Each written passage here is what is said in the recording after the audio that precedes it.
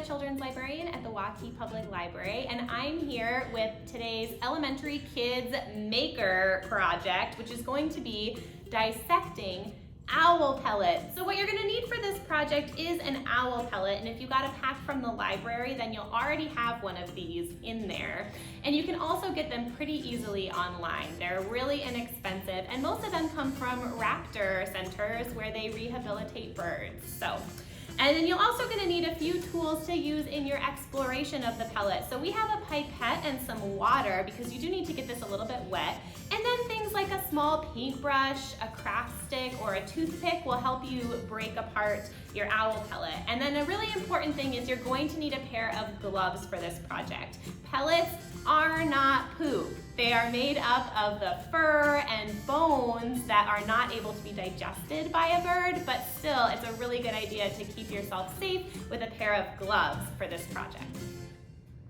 All right, guys, so when you get your owl pellet, it's gonna be wrapped up in foil. And so I can show you what it looks like when you first unwrap it.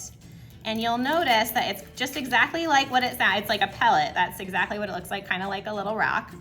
And it's going to be pretty dry. Remember that this has come out of an owl and quite a while ago. So it's mostly made up of fur and bone, but it does need to be loosened up a little bit before we can see what's inside. So that's where you're gonna want this pipette and some water.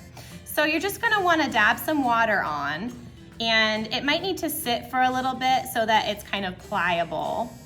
We're just kind of rehydrating it so that we can get inside without breaking it open.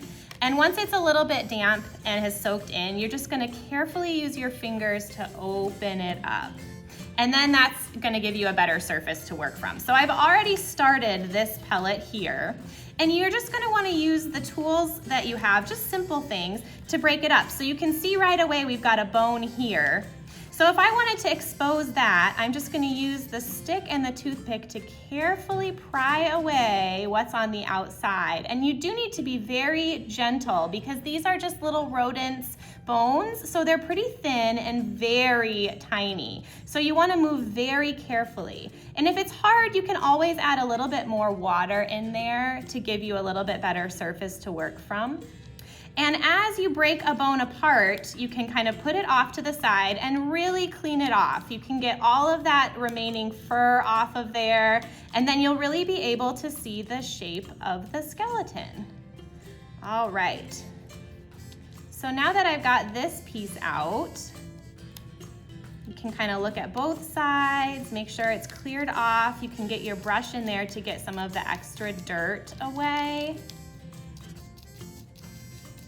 And then once it's pretty cleared off, you'll be able to examine it. So you can see here we've got, it looks like a big, long, sharp piece. And then down in here we've got maybe a few little things that almost look like teeth fragments. So this might be a side of a skull. So we have a second plate, and I would encourage you to put all of the bones that you find on a second paper plate. And then once you've gone through your whole pellet, you can use that against the skeleton, that template that we've given you, to kind of see and identify which bones are which. So we'll put that aside for now and come back to our pellet here and see what else we can find. So I'm noticing right away that there's a big piece right here. And I'm noticing it looks like it might have a few teeth, and teeth are attached to the skull of an animal. So that would be an exciting find. And again, we just want to carefully remove some of the stuff on the outside because there may be other smaller bones that are still inside. So we'll peel away some of those layers.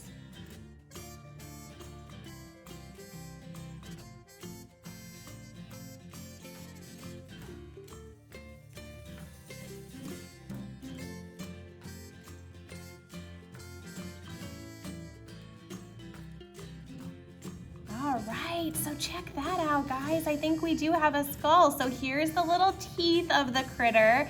And right about here, these empty spaces that we cleared out, that's where the eyes would have been. And you'll notice that we don't have the back of the skull here. So I wonder why that is. You might want to think about that as you think about how raptors are with their prey. So we'll put the skull aside, and then you can have this whole pellet to explore, and hopefully we'll find some other smaller bones in here, and then once we're done, we'll be able to compare them to the template and see what we found.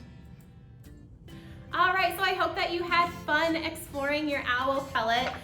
This is a sheet with all of the possible bones of a rodent that you might have found. So once you break apart all the bones and you clear them off and you have them on your paper plate, you can match them up to this template and see what you found. It's important to remember that owls might have eaten more than one animal in the time of this pellet, so there might be multiples of some things, or you might be missing some entirely.